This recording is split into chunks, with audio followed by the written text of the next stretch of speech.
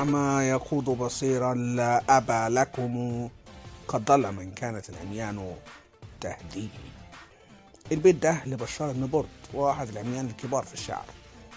ما تيجي أقول لك إزاي تتعامل مع الكفيف في المشي؟ يلا بينا يلا بينا. لما تمشي مع الكفيف في شوية تعليمات لازم حضرتك تتابعها علشان الموضوع يعدي على خير.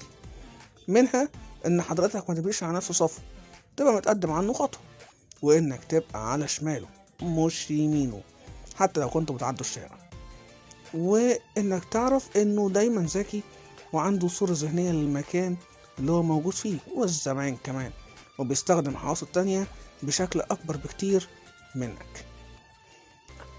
كمان لازم تعرف إن الكفيف بيكون قادر يفهمك من غير ما تتكلم، بيتحرك على خطوتك، علشان كده تكون متقدم عنه خطوة وتمسكه من فوق المرفق أو الكوع، ولو كان من غير جنسك تمسكه بحائل من طرفه وتديله الطرف التاني، سواء كان عصايته أو إزازة أو الشنطة.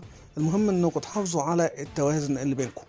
لو الدنيا زحمة خليك قدامه وخليه يمسكك من الرسخ أو من قرب طرف الحاجة اللي انت ماسكه منها، وتخلي خطوته على قد خطوتك، ما تحاولش تزود علشان ما يتكعبلش، وتقول له انكم هتعملوا حاجة بعينها، هتنزلوا مثلا سلم، فدايما خليه معاك في الصورة، وضح له الامر عشان ما يتخضش او ما يتبرجلش.